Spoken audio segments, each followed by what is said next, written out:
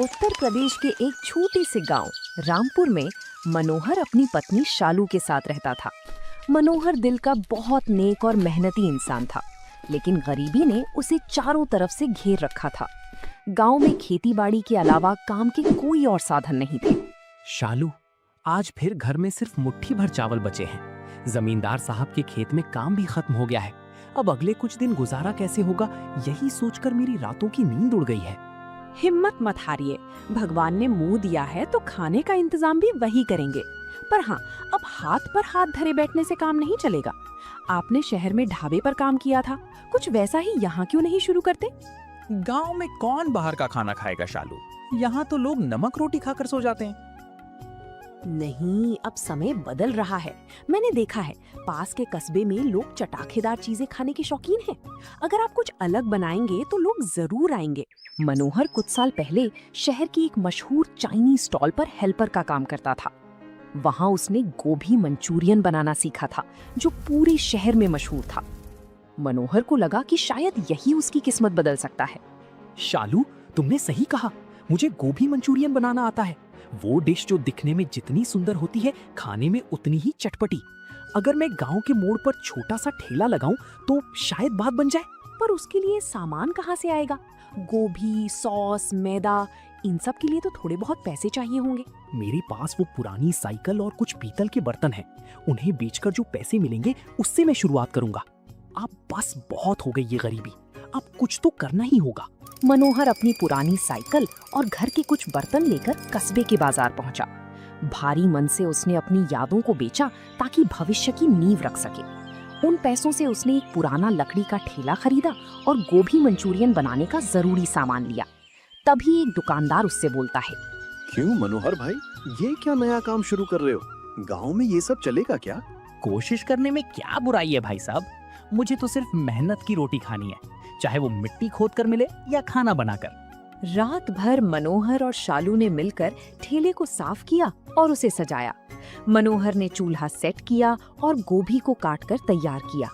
उसके चेहरे पर एक अजीब सी चमक थी, एक ऐसी चमक जो सिर्फ उन लोगों के चेहरे पर होती है जो हार मानने को तैयार नहीं होते। ये लीजिए, मैंने ये सफेद कपड़ा साफ करके रख दिया है, इसे ठेले पर बिछा दीजिएगा। और हाँ, अपनी मुस्कुराहट कभी मत छोड़िएगा। लोग आपके हाथ का स्वाद चखने के साथ साथ आपकी सादगी भी देखेंगे। तुम ना होती शालू तो शायद मैं आज भी जमींदार की चौखट पर सिर झुकाए खड़ा होता। कल मेरी परीक्षा है, अगर कल कुछ प्लेटें भी बिक गई तो समझो मेरी मेहनत सफल हो गई। जिसके बाद अगली सुबह मनोहर अपना ठेला लेकर गांव के मुख्य मोड़ पर पहुंचा। वहां एक बड़ा सा बरगद का पेड़ था, जहां अक्सर लोग पंचायत के लिए या बस के इंतजार में रुकते थे। मनोहर ने अपना बोर्ड लगाया जिस पर टूटी फूटी लिखावट में लिखा था, मनोहर का मशहूर गोभी मंचूरियन। अरे मनोहर, ये क्या नया तमाशा लगा रखा है? ये गोभी का क्या बना रहे हो? ये गोभी मंचूरियन है काका, एक बार चक्कर देखिए, शहर की याद आ जाएगी। बिल्कुल ताजा और चटपटा। कहो तो लगा दूं एक प्लेट? शुरुआत के कुछ घंटे तो सन्नाटा रहा। लोग आते, देखते और मुस्कुराकर चले जाते। मनोहर का दिल बैठने लगा था। उसे लगा कि शायद उसका फैसला गलत था। लेकिन तभी गांव का एक जवान लड़का जो शहर से छुट्टियां बिताने आया था, वहां रुका। अरे, यहाँ मंचूरियन? भाई साहब, एक प्लेट लगाना जरा, देखते हैं गांव में शहर वाला स्वाद मिलता है या नहीं। अभी लीजिए बाबूजी, एकदम गरम गरम। जैसे ही मनोहर ने गरम गरम मंचूरियन की प्लेट उस शहर से आए लड़के को दी, आसपास खड़े लोग बड़े गौर से देखने लगे। मनोहर ने बहुत ही सलीके से पत्तल पर मंचूरियन सजाया और ऊपर से हरी प्याज छिड़की। तभी उस लड़के ने गोभी मंचूरियन का एक टुकड़ा खाकर मनोहर से कहा, वाह भाई, कमाल कर दिया आपने। मैंने बड़े बड़े शहरों के होटलों में मंचूरियन खाया है, पर ऐसा कुरकुरा और मसालेदार स्वाद कहीं नहीं मिला। गांव की ताजा गोभी का तो जवाब ही नहीं। उस लड़के की ये बात सुनकर मनोहर के चेहरे पर एक बड़ी मुस्कान आ जाती है। धन्यवाद बाबूजी, बस मेहनत है और आप सबका आशीर्वाद। लड़के की तारीफ सुनकर वहां खड़े दूसरे लोगों में भी उत्सुकता जाग गई। एक एक करके लोगों ने मनोहर के हाथ का गोभी मंचूरियन चखना शुरू किया। शाम होते होते मनोहर की सारी गोभी खत्म हो गई। वो खाली बर्तन लेकर जब घर लौटा तो उसके कदमों में एक अलग ही ऊर्जा थी। घर पहुंचकर वो शालू को पैसे देते हुए कहता है, देखो शालू, आज पहले ही दिन गोभी मंचूरियन की सारी प्लेटें बिक गईं। लोगों को स्वाद बहुत पसंद आया। मैंने कहा था ना, आपकी मेहनत बेकार नहीं जाएगी। अब हम कल के लिए और ज्यादा सामान ला सकते हैं। हाँ, कल मैं थोक मंडी से गोभी लाऊंगा। लेकिन शालू, मुझे एक बात का डर है। गांव के कुछ लोग आज मुझे अजीब नजरों से देख रहे थे, खास तौर पर मुखिया जी के आदमी। उन्हें शायद मेरा यूं आगे बढ़ना पसंद नहीं आ रहा। आप बस अपने काम पर ध्यान दीजिए। जब तक आप किसी का बुरा नहीं कर रहे, भगवान आपके साथ है। गांव के मुखिया ठाकुर वीरेंद्र सिंह को ये बात बिल्कुल रास नहीं आ रही थी कि उनके खेत में मजदूरी करने वाला एक मामूली मनोहर अब खुद का काम कर रहा है और लोग उसकी तारीफ भी कर रहे हैं। उन्हें अपनी सत्ता का डर सताने लगा, जिसके बाद मुखिया ने अपने नौकर गजाधर से कहा, क्यों रे गजाधर, सुना है वो मनोहर अब साहब बन गया? गांव के मोड़ पर कुछ अतरंगी खाना बेच रहा है। हाँ सरकार, पूरे गांव में उसी के चर्चे हैं। लोग कह रहे हैं कि वो तो अब मजदूरी करने भी नहीं आएगा, उसकी कमाई तो अब हम सबसे ज्यादा होने वाली है। इतनी हिम्मत! कल तक जो हमारे पैरों की जूती था, वो आज अपनी दुकान चलाएगा। अगर सब ऐसे ही अपनी दुकानें खोलने लगे तो हमारे खेतों में हल कौन चलाएगा? गजाधर, कुछ ऐसा कर कि उसका ये धंधा शुरू होने से पहले ही बंद हो जाए। मनोहर आज बहुत खुश था। उसने आज ज्यादा सामान तैयार किया था। तभी गजाधर अपने कुछ साथियों के साथ वहां पहुंचता है। ओए मनोहर, ये क्या गंदगी फैला रखी है तूने यहाँ? ये मोड़ पंचायत की जमीन है, यहाँ ठेला लगाने की इजाजत किसने दी तुझे? गजाधर भैया, मैं तो सालों से यहाँ लोगों को बैठते देखता हूँ। मैंने सोचा थोड़ा किनारे अपना ठेला लगाकर काम कर लूं। किसी को कोई दिक्कत नहीं हो रही है। दिक्कत हमें हो रही है। ये जो तू अजीब सी चीजें खिला रहा है, इससे लोगों की तबीयत खराब हो गई तो कौन जिम्मेदार होगा? चल, ये सारा ताम झाम यहाँ से हटा, वरना हमें उठाना आता है। भैया, आज का सामान बिक जाने दीजिए। बहुत पैसा लगा है इसमें। कल से मैं कहीं और देख लूंगा। अभी के अभी हटा। ये गांव है, शहर का बाजार नहीं जो तू यहाँ अपनी मनमानी चलाएगा। गजाधर ने मनोहर का कुछ सामान नीचे गिरा दिया। मनोहर की आंखों में आंसू आ गए, पर वो अकेला क्या करता? उसे चुपचाप अपना अपमान सहना पड़ा। गांव के लोग भी मुखिया के डर से चुपचाप देखते रहे। मनोहर जब घर लौटा तो उसके कपड़े गंदे थे और आंखों में मायूसी। वो चुपचाप आंगन के कोने में बैठ गया। शालू ने जब टूटी हुई कढ़ाई और बिखरा हुआ सामान देखा तो वो सब समझ गई, जिसके बाद भी मनोहर के पास जाती है और कहती है, उन्होंने फिर से तंग किया ना, मुखिया जी के आदमियों ने। शालू, गांव में गरीब का सपना देखना भी गुनाह है। गजाधर ने मेरा सारा सामान फेंक दिया, कहने लगे कि ये पंचायत की जमीन है। अब मैं कहाँ जाऊंगा?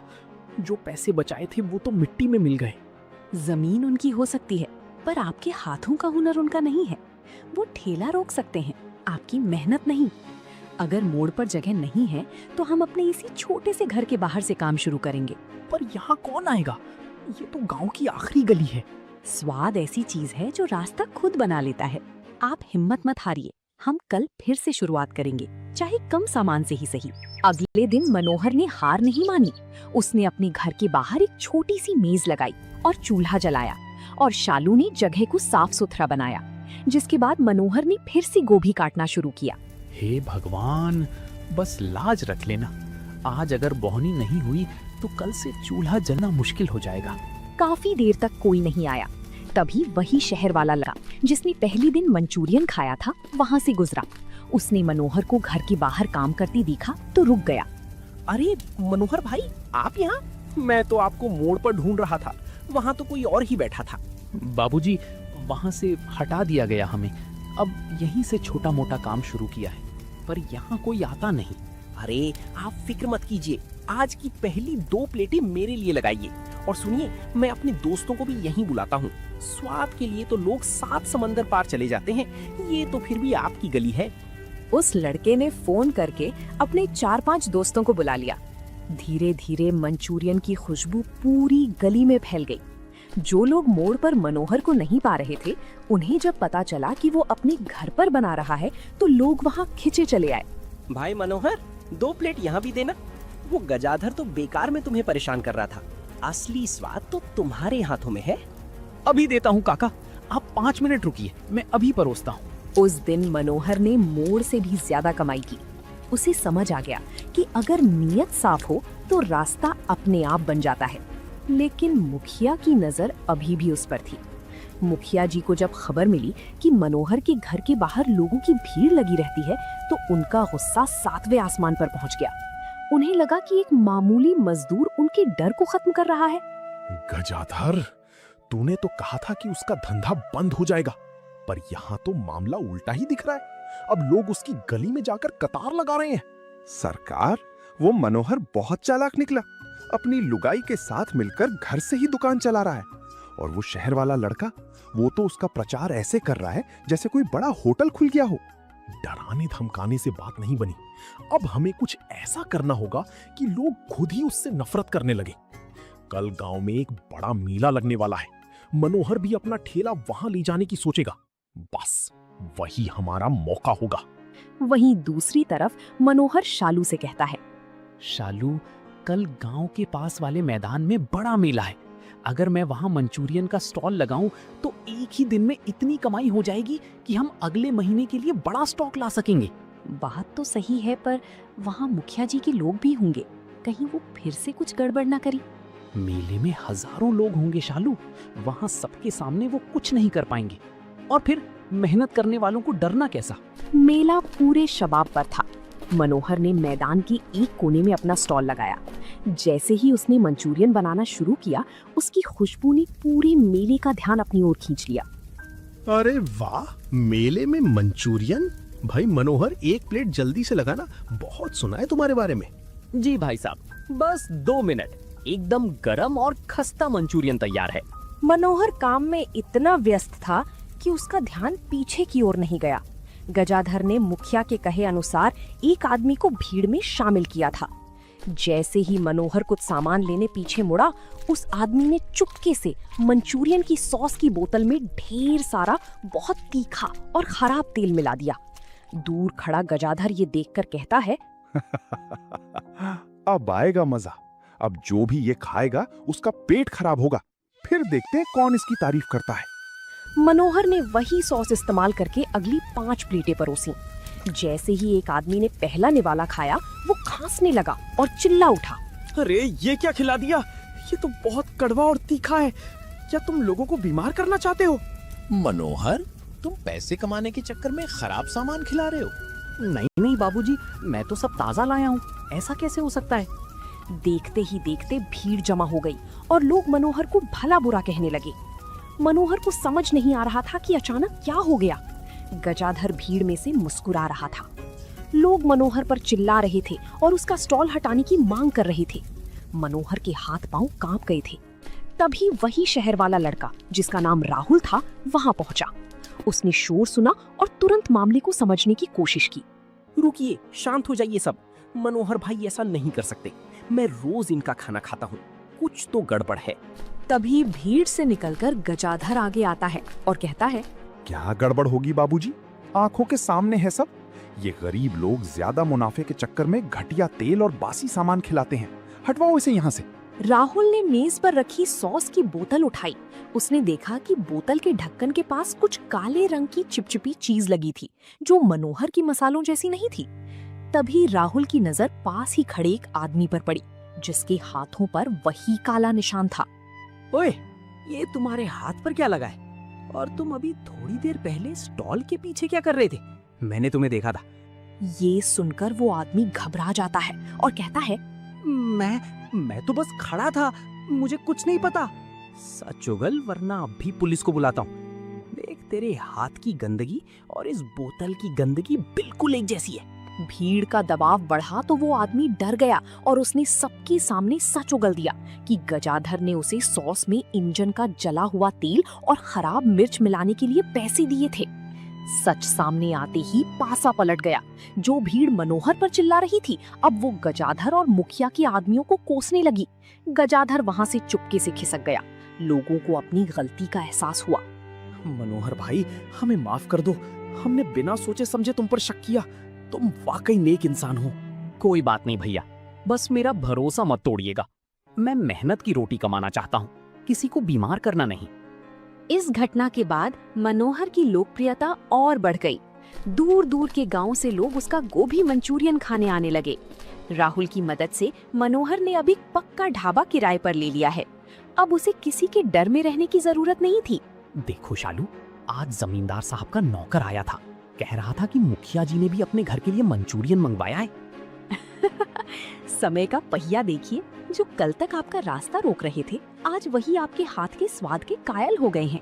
मनोहर ने अब अपने साथ गांव की 2 और बेरोजगार युवकों को काम पर रख लिया है।